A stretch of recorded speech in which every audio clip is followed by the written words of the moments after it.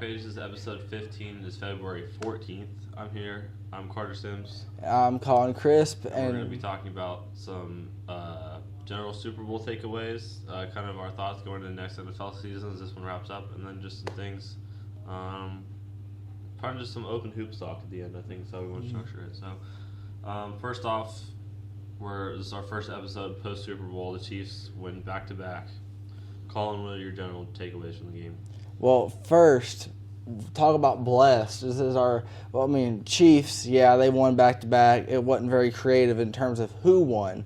But in back-to-back years, we've had really good, entertaining games for our Super Bowl.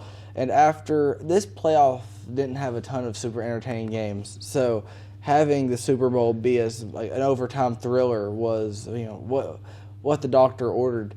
That being said, it wasn't a quarterback-driven game. I hate to come on here and say I called it, but I did. I said it was going to be a low-scoring game, that the Chiefs would win in a close surge at the end, and it wasn't as convincing as I thought it'd be for the Chiefs, but they did pull it out in the end. Patrick Mahomes didn't really come alive till overtime, but he did his thing. Just defensively, that's the best Chiefs defense we've seen in the last decade. That was 100% just like a lockdown of a Niners team that is like looks like something out of Madden, just roster-wise. They're insanely good roster-wise, and it was a really good game. We saw two really, really talented teams. I'm expecting both of them to reload going into next year and be really good again. Like it was a really entertaining game. Yeah, I'm really just the one thing kind of surprising me about this is the whole kind of deal about the overtime rules. Like, obviously the NFL changed the overtime rules. What was it? Was it this year? Or was it the year before? I think it's been a couple years now. Yeah, a couple years. So like, so that both teams get the ball in overtime period. It was after the Bills-Chiefs thing. Yeah, the playoffs. And so then like we've seen after the game, all the Niners players talking about like, oh, I didn't even know the rules were different. Like, okay, but like that doesn't really excuse anything. Like, if you didn't know the rules were different, then that's on you and your organization for not being aware of a rule change. If you did know they were different, what would that change in how you played the overtime period? Because, firstly, either way, you're going to get a touchdown. Like, let's throw that out there.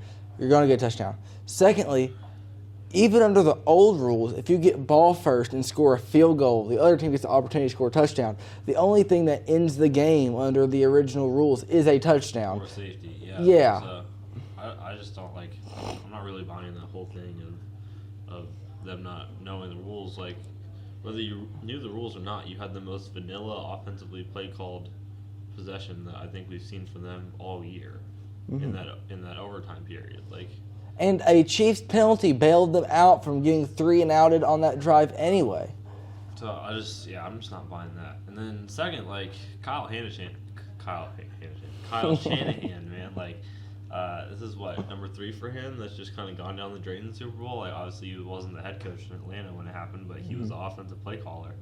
And then twice here in San Francisco, like you're bound to as a young coach kind of have notions that you can't close out games just because you're going to be, I think if you're on a good enough team, you're going to be in a lot of high profile games, and it's hard to close those out in general. But like, is this, like what as you're a Falcons fan, what are your general thoughts on this kind of idea that Shanahan can't close out games? Well, when he was in Atlanta, I don't think it was his fault. Like, in Atlanta, he was the reason that we even had leads to get blown, because he was just that guy in the coaching room. He goes to San Francisco, and I'm not sure. The first Chiefs loss was bad. Okay, the first Chiefs loss was really, really bad. I'll give you that. But the other 2 blown leads people look at in terms of playoff chokes for him is that Rams game from last year in the NFC Championship game. And I think that was just a Matthew Stafford masterclass. Like, that was just, the best year of the most successful year of his career, and putting it all on stage and like that last quarter to come back. And I don't think he called a bad game Sunday. Now, I think I would point at like 2 play calls the whole game where I just like drew question marks from that. But if you don't have 1 or 2 question mark play calls throughout your game, then are you really taking risks? Yeah. So I don't think that it's a matter of him not closing. I think it's a matter of in Atlanta, it was not his fault that they choked. He was the only reason they were even having a lead like that. I think the first Super Bowl appearance was his fault. The first Super Bowl appearance was a combination of him and Jimmy G falling apart in the last 10 minutes. Yeah. And then since then, it's been like more of their opponent showing up in the last 10 minutes than them falling apart. And this is like kind of a notion that kind of clouded Andy Reid for a while in his early coaching time. Like, he was in, where was he before Philadelphia? He was somewhere before Philadelphia, but when he was in Philly, like, he was kind of known as just the one who, like, couldn't win the big game, right? And then he gets to Kansas City, they go down to New England, that kind of first year of their run. And now look at them, like, they've won, 3 in the last 5 years? And Yep. to 4 of them, like, I think, if you do the right things and you're really that high level of a guy, like, your time comes eventually if you're, adjusting and kind of innovative like I think Andy Reid has been. So I wouldn't necessarily say that Kyle Shanahan's just an inept coach, but it was just interesting to kind of see the same story play out in the Super Bowl as we did the first time. Yeah, well, I'm not sure we'd say it's the same story. I think we got the same result, though. I'm just saying, like, in terms of the Niners being up and then losing. Yeah, totally. I don't think that the lead loss was as big this time, though, just in terms of, like, circumstance. Because first game, they were up by multiple possessions in the last 10 minutes. It was back and forth after the first. Like, Niners had the first quarter, and then from there on, it was back and forth. Yeah. But I think, looking at it from the Niners' perspective, we see this in college a lot, where I want to use Kirby Smart. Kirby Smart has won 2 of the last 3 championships. And for a long time, everybody said he was the guy that couldn't win the big game. He was Nick Saban's understudy, and he would never beat Saban. And then he beat Saban twice on the way to 2 championships. Lost 1 game in 3 years? Like yeah. It's more a matter of... It's not that they can't, it's when will they. Yeah. And I think with Shanahan, we saw the growing pains to the first Super Bowl of him like declaring a victory before he had it and him losing it. And then in this last one, we saw the progress he's made since that last appearance, where him and Andy Reid had a chess match coach for coach, when in the first game, I would argue, it was more talent that got him that far, when in this one, his talent was being stifled by an elite defense, and he still chess matched his way into getting that game to overtime. Yeah.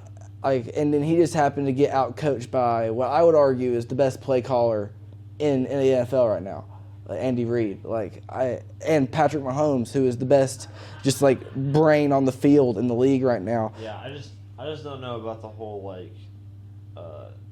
when over if thing for the Niners right now. Just because you look at the AFC, it's a 7-headed monster coming out of there, in some form or fashion. Right? Yeah. So we got the Chiefs. Obviously, they're the top dogs still. Bills, I think, are starting to run out of gas a little bit, but I still think they're up there. Mm-hmm. I think the Bengals are going to be revitalized next year. Mm-hmm. We got, kind of a Ravens team that I think is just a step away. We got a Jets team that, if, things break the right way, who knows with them.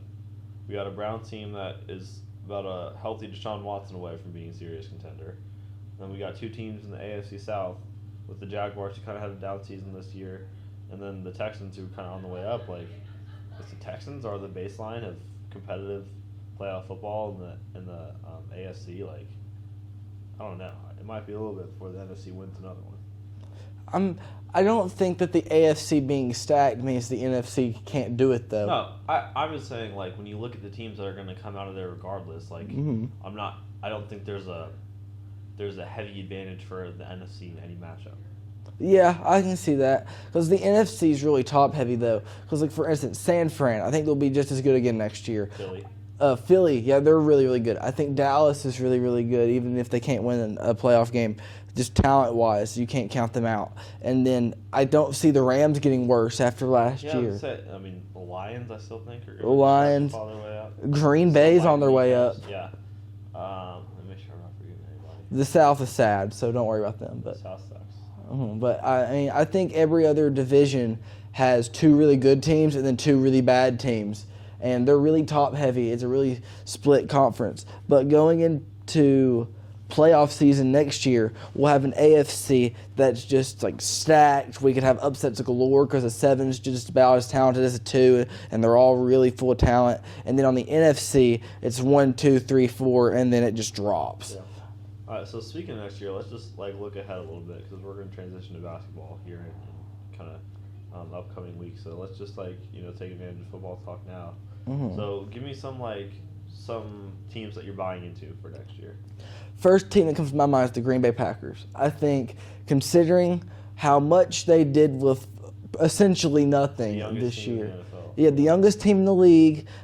Everybody doubted the receiver core going in there. Said Jordan Love can't play, and even if he can, the receivers aren't good enough to let him show it. Everyone questioned the age of the O-line. It's the only part of the team that has any age at all. The defense has been – their stars are getting old, and their youth has not showed out. Everybody went into this year thinking, oh, this is the year they collapse. This is the year they fall to fourth in the NFC North. And then suddenly they came out all cylinders, got to a playoff game, upset a team to get there, almost upset who ended up making it to our Super Bowl in round 2. I think that this offseason they realize what they have in Jordan Love, realize they have their next big quarterback. They start buying. They get the pieces to make it to where they're not the youngest team in the league. And going into next year, they look like the cream of the crop in the NFC North. Yeah, interesting. I'm trying to think, I don't think that Lions team is getting any worse. And I don't think that this year was a fluke either. You know what I mean? Because, they're they don't even have an A1 at any position yet. Just think if they were to bring in, a Stephon Diggs, I'm thinking defense, though. Henry. I know, I'm just saying, someone, top tier in their yeah. Defense, okay. Chris Jones is going to be on the market eventually. Trying to think who else is defensive. Khalil Mack. I'm not sure what Roquan Smith. Ooh, that'd be a good one for them. Yeah. But yeah, just you look at them, they haven't even really bought yet. You know what I mean? They're just they got what many people considered kind of the short end of the Stafford trade for a while, and that looks great for them right now. And then you got guys like St. Brown, Hutchinson, kind of your own guys. You know what I mean? So they're really they haven't even had to go too deep into their pockets quite yet. So that's kind of an interesting thing to think about. But yeah, I see with the Packers. The Packers are just literally the weirdest team in North American sports. I swear they have the most boring uniforms. They play in the smallest city in any of the 4 major sports in Green Bay, Wisconsin. They're owned by the fans, and they've had 3 quarterbacks ever, I swear. It's 4. It's Bart Starr, Brett Favre, Aaron Rodgers, and Jordan Love. There's obviously somewhere before that, but it feels like they've only had 4 guys. We talk about Green Bay Packer quarterbacks, we talk about Pittsburgh Steelers coaches. They're few and have long tenures there. So it was weird to me when I saw Aaron Rodgers kind of not in a Packers jersey, just because those 2 things were so synonymous in my head. And now I look at Jordan Love dude, they got the same guy again. They run it back. Yeah, they really just they just it's kind of like in FIFA when you play so long that all the real players retire and then the computer just makes them again. They got the regen of Aaron Rodgers, but. Yeah, I definitely think they're an interesting team. Like I said, the interesting part to me is that they're the youngest team in the NFL, because usually with youth that means cheap in the NFL, because you got a bunch of guys on rookie contracts, and like you said, now you can go buy. And I think that we talked about the NFC being top heavy. I think that a lot of the top teams are getting older too, and especially Philly, that's roster is starting to age a little bit, especially defensively. So yeah, I definitely could see them being a rising team. A team that I'm buying into going into next year is the Seattle Seahawks. I think that the Seahawks are 2 years away from being right back in a conference championship game. I think you can go get your quarterback if you want to, but even if you don't, you can make it work with Geno Smith and Drew Lock. You can build that team enough, and then, obviously coaching changes change things, but that's a young and very fun and talented roster Like, I think that the Seahawks aren't that far away from the Lions. What do you think gets them over the hump? I think that it helps that they're in the division that they're in. And I think the Niners will be the top dog in there too. But I'm not sure that there's as big a gap between the Rams and the Seahawks in terms of just like overall offensive efficiency and defensive, like, I think, reliability. And then I think it helps that they're going to have a favorable schedule based on where they've fallen in their division too. Do you think that next year they will overtake the Rams for second in that division? I think it'll be more competitive, but I could see it kind of being like what it looked like the AFC North would be this year, where they could have a few teams get in. But I definitely think it'll be more competitive this year, yeah. Gotcha. I think if we're going sell, my sell team going into next year, you mentioned this, Philadelphia Eagles. I think that they're going to take a big step back offensively and defensively, really. Like, it's not really good when your youngest component is your quarterback because everybody else is getting old. And like Jalen Hurts isn't a young guy either. He's not spry. And that defense got significantly worse and fatigued as the year went on last year, which is not a good sign going into a year where they're just looking like they're going to reload. And I don't think that defense is going to come back nearly as good as it did 2 years ago when they got to the Super Bowl. Yeah. And then offensively, we saw that passing attack kind of regress, the running attack regressed, the new backs, and I'm just not sure what on that team turns around going into next year. And even if one side of the ball turns around or one component of one of the sides of the ball turns around, that's not going to be able to carry everything else that regressed this year.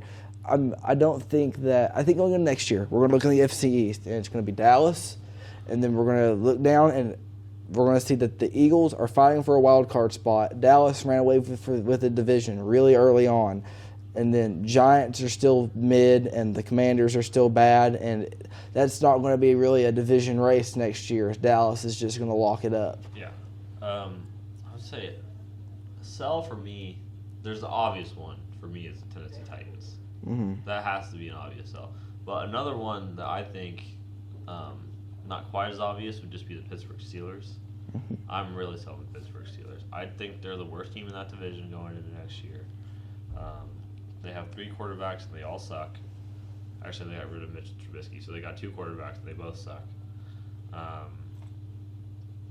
Like we talked about kind of earlier back in the fall, like there's nothing to be afraid of on that Pittsburgh team not named T.J. Watt. Like, you know, that I feel like the franchise is known for reliable and hard-hitting and lockdown defense, and they simply don't have that this year.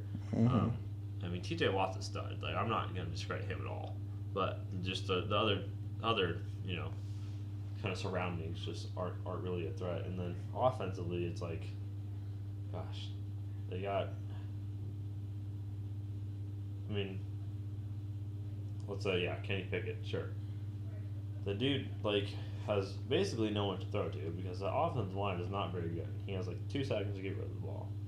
And then when he does throw it to them, half the time they drop it. They're just a broken team. They're not fun to watch. They're no, promising young, give it 2 years and this guy's going to be top of his position. Nope. No. Nashi? No. Okay. No. But, I could go for hours about running backs I take over him. Gotcha. But, I'm definitely selling the Pittsburgh Steelers going into next year. Yeah, I agree with that. If you're in the state of Pennsylvania, it's not a good year to be an NFL fan. Teams I'm going to hold on, and here's my biased take of the day. I want to hold on my take on Atlanta because I want to know what quarterback they get. If they draft a young quarterback, then I'm going to sell and wait and get in pieces. But if they end up going to the free agency and buying them a quarterback like it's rumored is going to occur, depending on who they get, I think that this could be a buy team. Defensively, this is the best we've been. I think this is a better defense than we had that we took to the Super Bowl. Because that secondary is the best that we've seen. And fitting for a Birds team, we can actually defend the air for once. And then Grady Jarrett is one of the most underrated D linemen in the league, has been since he's been in it. And that D-line we've been adding to, and then going into free agency, everyone's saying we're getting a defensive end. So if we can D-tackle set up, run stop set up, we have a good secondary. If we get a defensive end that we can buy, that defense to me is promising. Offensively, I think we have the best O-line in maybe even the NFC, but for sure in the South. Like, it's a top 3 in the NFC at least. That O-line, if we don't have any running back that's just blow your mind yet, Bijan's going to be there, but he's not there yet. And that O-line makes essentially any running back look good. It made Tyler Algier look like super insane for a whole year. That O-line is really promising. And weapons-wise, we have a lot of them. We just don't utilize them. Drake London's a really good receiver. We just never throw the ball to him. But we have a new coach. Kyle Pitts is really good. We just never throw the ball to him. But we have a new coach. I think that we have a system that can utilize our skill positions. We have a defense with a new defensive mind of the head coaching position and a defense that's been underutilized because of how much the offense can't control the ball. If we can get a good quarterback in free agency, this is a team worth buying. Yeah, my whole team, kind of for the same reason you talked about, and just like to see what they do with quarterbacks, the Minnesota Vikings. We kind of saw that be a sore spot for them, just with Kirk Cousins going down, and then we had like 3 amazing weeks at the Pastronaut and Dobbs, but then after that, it all was kind of downhill. I think they could be aggressive in the draft and trade up if they wanted to, just to get. They really have a set guy that they want, but I think even like free agency wise, like they can just bring in like. I'm not sure that Kirk Cousins is going to stay just because of injury and contract reasons, but and age. But they can bring in like Michael Penix Jr. I would really like to see that Vikings team. Mm-hmm. And Justin Jefferson, like, I really hope he does not get that extension before Jamar Chase does, because I think one of the LSU receivers between Jefferson and Chase is going to like definitely try to outdo the other, just depending on whoever goes first. You know what I mean? So I'm really hoping we can get Jamar signed or Justin Jefferson, so that Justin Jefferson can go in and then beat Jamar's deal instead of Jamar trying to beat Justin Jefferson's deal. But yeah, I think that'd be a fun team just to kind of hold and see just what they do quarterback wise. All right, so I think second half of the show, it is Valentine's Day, and I think in the spirit of Valentine's Day, Colin, just give me 3 things that you love about the NBA right now. Well, I don't think that there is a better place to start than the top of the Western Conference, as it's been. There was a point earlier this week where all teams were tied for first. Four teams were tied for first in the Western Conference, and I love me a good conference race. It makes sports worth watching when you can just sit down and be like, the winner of this gets first place, and that's a good storyline. And between the Timberwolves, the Thunder, the Clippers, and the Nuggets, any team could win the West right now, and that's so entertaining. And they're all. They didn't throw the Warriors in that, aren't they? Aren't they right there on not quite. They're right there in that good play-in race. But in the meantime, the Timberwolves, best defense in the league, and they go block party for days watching the Timberwolves, and that's fun. The Thunder, one of the funnest young scoring teams in the league right now. You sit there and they just show you what offense looks like, and it's pretty. The Clippers, they have a whole bunch of stars on that team that no one thought were going to be really good this year, and then they all showed up. So if you like big names and you like stars, the Clippers are for you, even though their uniforms are terrible. And then the Nuggets. Uniforms are terrible? I don't like Clippers uniforms. The Nuggets, however, if you watch the Nuggets, then you get to watch who I think should be our 3-time MVP, even though they gave Embiid a pity win last year. Just the best player in basketball for 3 years. You get to watch him do his thing, and you get to see what a textbook modern center looks like in NBA, and he kills it every night, and he's so fun to watch. Nikola Jokic makes the Nuggets worth watching. 4 teams, 1 spot. Who wins the West? Home field advantage on the line. It's been a blast in the Western Conference. Yeah, my number one thing I think that I'm loving about the NBA right now is just I feel like we got like 20 competitive teams right now. I don't think there's a lot of teams that are out of it. Here, let me steal this off. I got you.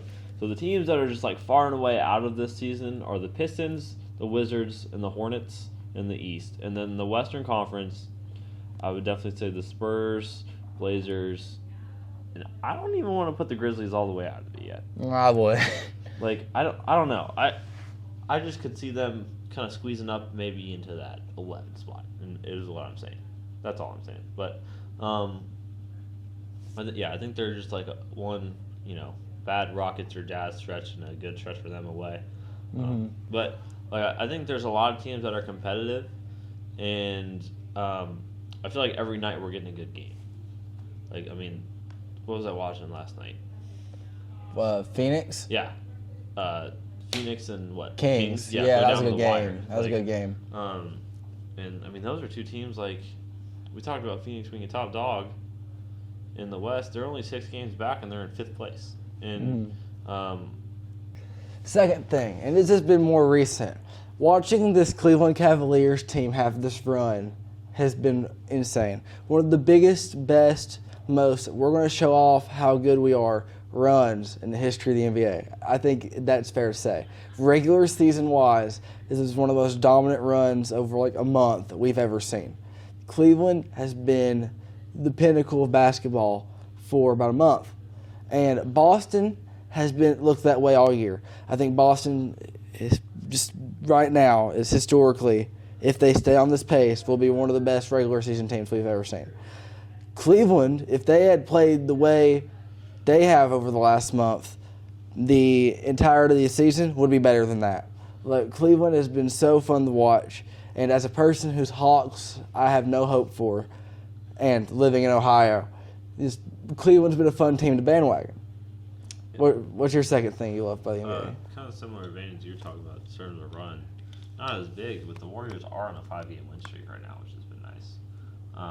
And a few of them have been pretty convincing blowout wins. I mean, obviously it was an Embiid-less Sixers team, but big win over them last week. Let me just go through here. So yeah, the last time the Warriors lost a game was to the Hawks when Steph scored 60 points. That was on February 3rd.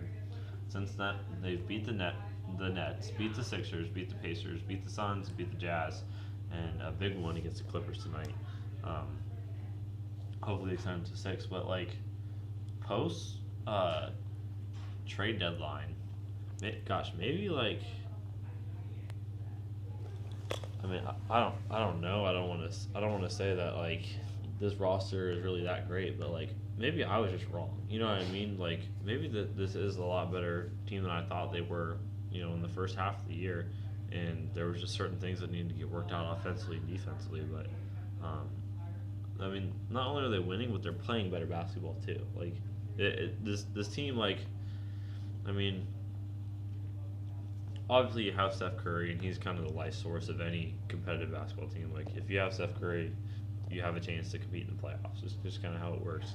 But I mean, I've talked about it multiple times. We got rookies that are contributing on both ends of the floor, and Klay Thompson, he does have his bad nights, but he does have his nights where that's Klay Thompson. You know what I mean? He had one recently. Yeah. I forgot what game it was, but I was watching. I was I bet Carter's really happy right now. Yeah, and so gosh, I mean, looking at the schedule here, this Clippers game is going to be a battle, and if it's not a battle, the Clippers are going to win it handily. I don't think there's a Warriors blowout in store tonight. But then you got the Jazz again, the Lakers, who are kind of sucky right now, and they've been hot. I don't know. I'm not in love with the Lakers, and they tried to trade us Braun. Well, not tried to trade us Braun. We tried to trade for Braun at the trade deadline, but the Lakers just post in-season tournament have not looked great. But you get past that Lakers game, man, and you got the Hornets, the Nuggets, the Wizards, the Knicks, the Raptors, and the Celtics, and the Bucks, Bulls, Spurs. So, basically, for the next month, you have a mix where you have really competitive teams and really bad teams. You don't have a lot of mid teams in there. Mm-hmm. So, the only, kind of average team right now is the Lakers, but then the Hornets are really bad, and then the Nuggets are really good. And the Wizards are really bad, and the Knicks are really good. The Raptors are really bad, and the Celtics are really good. The Bucks are really good, and the Bulls are okay. The Bulls are a mid team, but my point is, you're gonna really get to see who this team is. Mm-hmm. So I think there's a lot of competitive, memorable basketball kind of in store for this next month for this Warriors team, and I think we're going to see what this Warriors team is made of kind of going into, let's just say St. Patrick's Day in this run here, because you play the Lakers again on the 16th of March. So, like, once they get back to the other meeting against the Lakers, after that run, like, you're going to kind of see what you need to know about this Warriors team. What's your third final thing? I want to say that I like seeing Steph get his name back in the conversation, because as somebody who knows Trae Young's name is not in the conversation, and DeJounte Murray is probably the best piece in that team, even though it's all terrible right now in Atlanta. I usually, in this situation, just bandwagon Golden State because I like Steph Curry. However, they haven't really been a bandwagonable team lately. However, they've been hot, like you were mentioning, and we're going into this stretch where we really get to see who they are. And I hope that they go into this stretch and show, hey, we're a team. Like, we're good. You can root for us. This is a bandwagon-worthy team. Because if they do, I'm going to root for them. And I won't just go into this postseason thinking, I hope no one wins. So this is more a love for hope, as I hope they go into this stretch and show off. All right, my final thing that I love about the NBA is something that happened in the summer, but we're seeing play out now. I love the Obi Toppin trade to the Pacers. So Obi Toppin, one of my favorite players of all time, just because he went to Dayton, right? Went to the Knicks, I think 8th pick overall, hometown team, and struggled to get in the rotation in the year that the Knicks made that first playoff berth in a while. And was kind of just in and out, but whenever he played, he was really good for the Knicks. Like, I think he had a 41-point game, proven to be a good player. Goes to this Pacers team, kind of 6-man off the bench now that Pascal Siakam's there, but having a big impact, and the Knicks are good too. So, like, I think both parties won this trade. Like, the Pacers and the Knicks are better off, both of them, from this trade. And I've just enjoyed seeing kind of my favorite player get to go to a situation that he can prosper in, and then seeing the other team make something out of that deal. Like, they didn't just trade him because, gotta just dump off this salary. It was like they were going in a different direction and were able to kind of move Obi Toppin to better adjust their rotation. And now you look at them, Josh Hart's getting more minutes now. They just made the trade for Alec Burks and Bogdanovich, which I really am high on. And so the Knicks are a fun team to watch. Jalen Brunson's an absolute stud, and the trade of one of my favorite players worked out for both parties, and it's just been fun to watch both those two teams play basketball lately. Thank you for tuning in. You can find the back page on Spotify and YouTube.